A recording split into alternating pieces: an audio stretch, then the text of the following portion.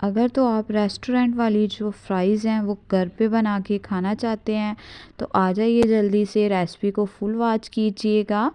और अगर मेरे चैनल पर नए हैं तो सब्सक्राइब, लाइक, शेयर कीजिएगा।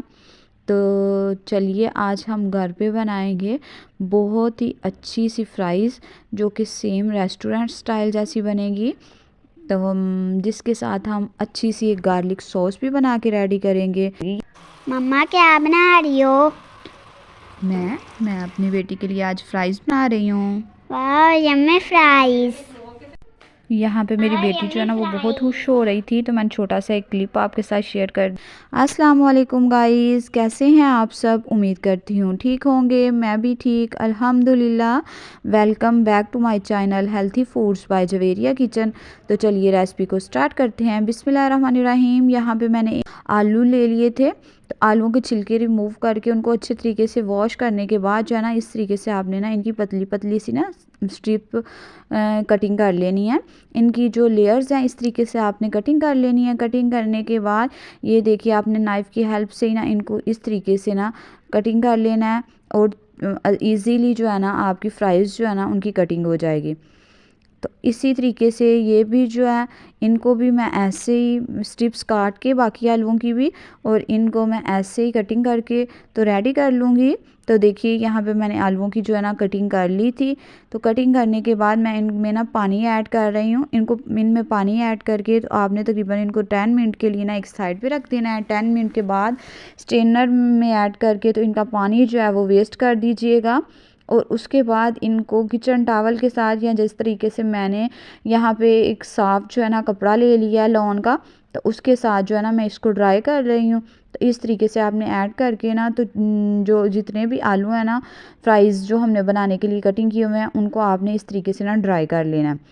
तो ड्राई करने के बाद अब इनको मैं बॉल में ऐड कर लूँगी, और बॉल में ऐड करके हम इसको जो है ना मसाला लगा लेते हैं स्पेशल सा। तो स्पेशल सा मसाला इसका ये है कि हमने सबसे पहले इसमें बेसन ऐड किया है। बेसन तकरीबन एक छोटी प्याली के करीब बेसन था जो मैंने इसमें ऐड किया। अगर टेबल स्पून के हिसाब से लगाएं तो 10 से 12 टेबल स्पून के करीब बेसन था। साथ ही इसमें मैंने 4 टेबल स्पून के करीब जो है ना कॉर्नफ्लोर ऐड किया है। बेसन से बाइंडिंग बहुत अच्छी होगी और कॉर्नफ्लोर ऐड करने से ना ये बहुत ही क्रिस्पी बनेगी। साथ ही मैंने इसमें 1.5 टीस्पून जो है नमक ऐड किया है। 1.5 टीस्पून सुरख मिर्च, हाफ़ टी स्पून पीसी काली मिर्च इसमें ऐड कर लिया है। नमक आप अपने टेस्ट के मुताबिक कम या ज़्यादा कर सकते हैं। इसको अब मैं ना स्पून की हेल्प से ना मिक्स कर रही हूँ। स्पून से ना हो तो हैंड से मिक्स कर लीजिएगा, इजीली मिक्स हो जाएगा। तो देखिए यहाँ पे मैंने इसको मिक्स कर लिया था। मिक्स करने के बाद चलते हैं जी, अब इसको फ्राई कर लेते हैं। फ्राई करने के लिए यहाँ पे मैंने एक पैन में ऑयल ऐड कर लिया है और ऑयल को गर्म कर लेंगे। तो देखिए आप देख सकते हैं ऑयल में ना बबल्स बनना स्टार्ट हो गए थे, मतलब कि ऑयल जो है ना वो अच्छा सा गर्म हो गया था। तो मैंने इस तरीके से ना अपने हैंड की हेल्प से ना फ्राइज़ ऐड कर लेनी है। इसको 4 से 5 मिनट लगेंगे तो ये जो फ्राइज़ है ना अच्छी सी जो है ना फ्राई हो जाएंगी। लेकिन मीडियम फ्लेम पे आपने इनको ना फ्राई करना है, फुल फ्लेम पे, हाई फ्लेम पे नहीं आपने इनको फ्राई करना, ना ही बिल्कुल लो फ्लेम पे।